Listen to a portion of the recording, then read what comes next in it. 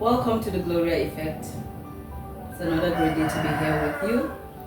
And here with me, I have an incredible guest who I would want you to hear every single thing she has to share with us today. Because this topic is particularly dear to my heart. It is something I am in the middle of. And many of our viewers I know would agree with me that this is an important one for us to share today. We are not talking about anything else but motherhood. The reality of motherhood.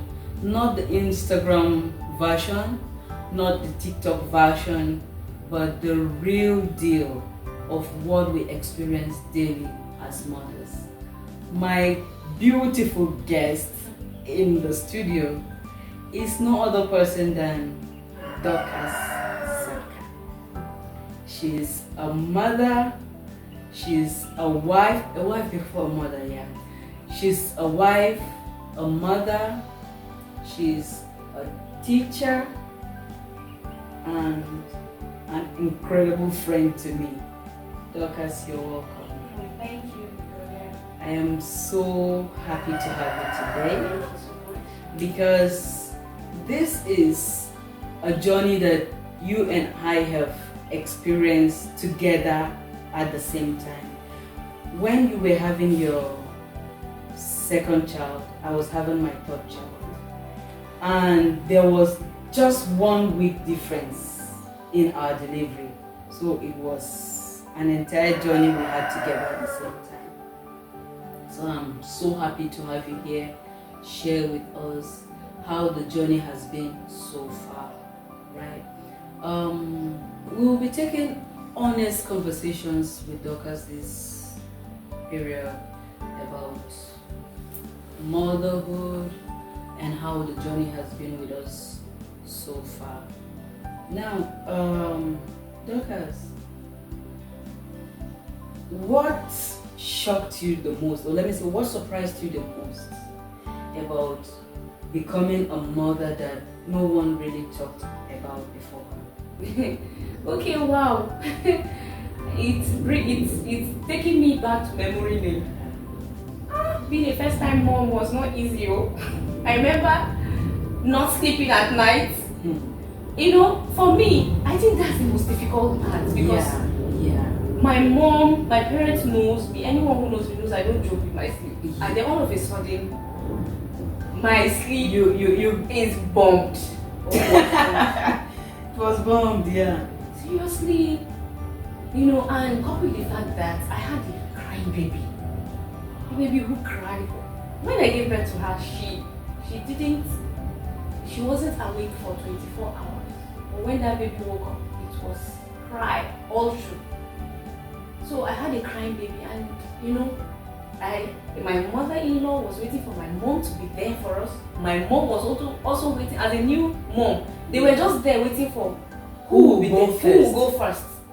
And my husband and I were all left all alone with a newborn baby.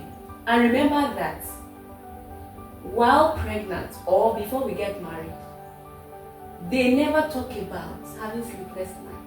No one tells you that. Nobody. I even just don't understand. They will always sit you down and tell you, you have to be patient in marriage, this, that, but nobody sits you down and tell you that when you give birth to a baby, you have sleepless nights. You have to watch over that baby, you know, and all that. Yeah. But then, okay, maybe because they feel when you give birth, they'll be there for you to help you do this. But for me, it was difficult. Nobody was there for the first few days. And then, wow, my husband and I had to do what we can with that baby until someone came, until my mom came. So it wasn't really. So it was a major shock. It was a shock. You thought a baby would just come and a fairy tale has begun. Seriously, you know, and even when you're pregnant, you always think about how your baby will just come. You keep thinking about it, but still, even at that, this sleepless night is not something that crosses your mind. You just believe that you have a sleeping baby. Yeah. You just believe that the baby will sleep at the right time. And that wasn't it. I was really, really surprised. Okay, so Dorcas, can you share a moment when you felt like you weren't measuring up with your role as a mom, and how you handled it? I think for me is the way I scream at my kids when they do something wrong. Yeah. Well, like I remember one of my family friends, they came visiting and their son did something wrong that should actually be scolded. But I watched the mom just look at him and said, Zuriel, why did you do that? And I was like, seriously? Yeah. What am I doing? It has been like my way of correcting my children. I have to be on top of my voice. I have to be on top of my voice. And really, I don't know on high tone. Okay, so you felt at that time that probably you were kind of too harsh on your children. Yeah. So if you felt that way, right? If you felt like that child should have been scolded or punished and he was not, so is there a reason for you to feel like, okay, that should be a standard for you? Okay. In training your children? Well, for me, no. I don't, because I expected her. I didn't expect her to scream, but I expected a kind of rigorous correction. Okay. You know how kids behave. Yeah.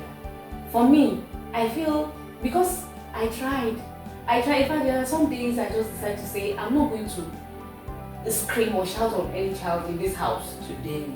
Yeah. But do you know what? The day I decide, that moment, That's within few seconds, that's the get day. on your last nerve. I'm telling you. So I just realized that is how it works for me. Okay. So I think for me, what works for you works for you, Yeah. and what works for Master A cannot work for Master B. So Yeah. for me, that is my way. The only thing is I try my possible best intentionally to minimize how I do that. Yeah. I get that. So how has motherhood changed your sense of identity? Outside of being a parent, how has your identity changed? Well, outside of being a parent, my identity has really changed. In fact, it's when you ask this question that I see reality too. Do I even have an identity anymore? Because I see my life more on my kids, my husband, my life since I got married and since I became a mother. My life has just revolved around my family. I knew things that I have dropped because I have kids. And the more they come, the more tasking. And so, yeah, I'll tell you that drastically, I have really lost my identity. But I have hope and plans of getting them back. Even if not all. Yeah. But this parenting doesn't end here. But the tasking part of it is when they are kids. And by the time they grow to a certain level, they go to school, you begin to get yourself back and begin to work on the things that you consider priorities and important to your own self. Yeah, absolutely, I agree with that. As much as we are given life, we shouldn't give ourselves. Yeah. I totally agree with you. So, what's one thing you wish more moms felt safe to say out loud?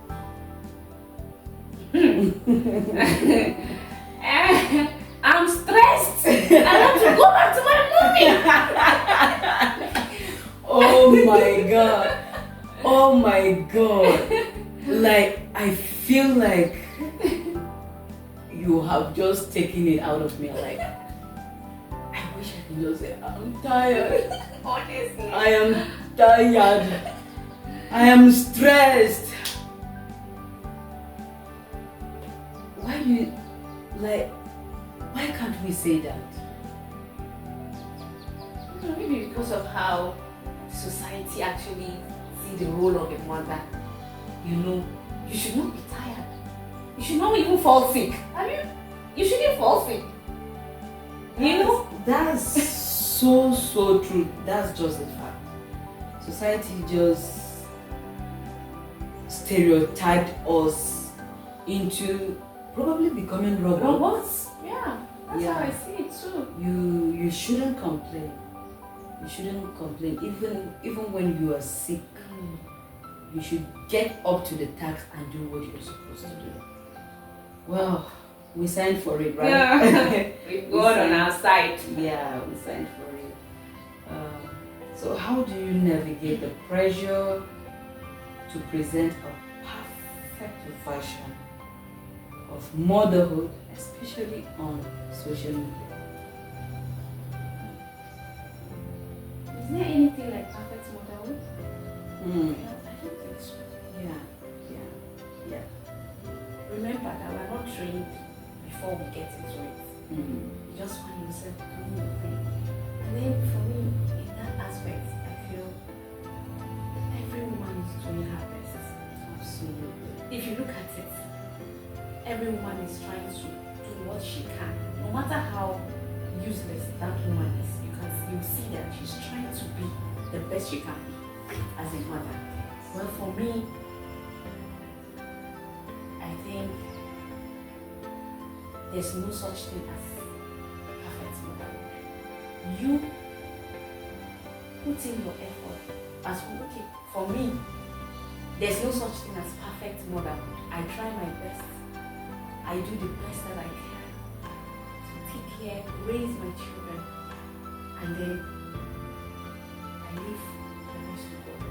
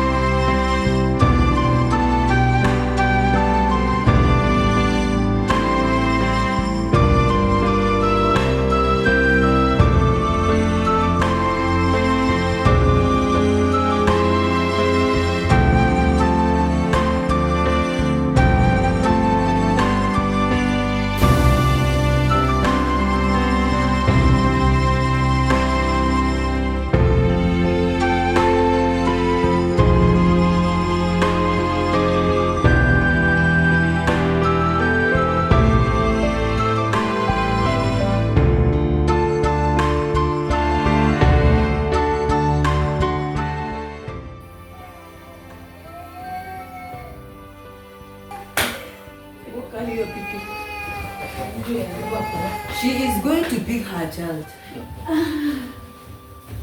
The joy of motherhood. I know you will all be wondering what happened. At first we had the guest and suddenly a baby has appeared. He was sleeping. But the guy knew something good was happening and he wanted to join in. So here you have him. Hello, Naraya. We're happy to have you here. You're so cute, you know that, right? Alright, so let us quickly go on before Naraya starts to protest.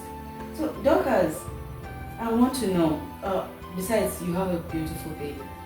Thank you. Yeah, what has the role of community or lack of it played in your experience as a mother?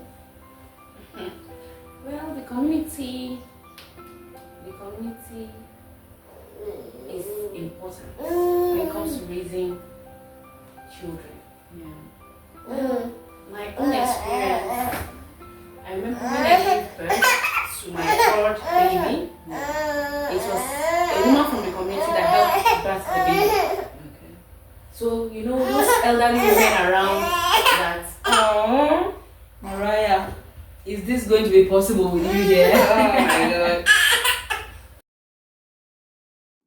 Naraya, please, let me explain. I said this boy is Your just like mommy my is first. explaining how she's taking care of you as a mother.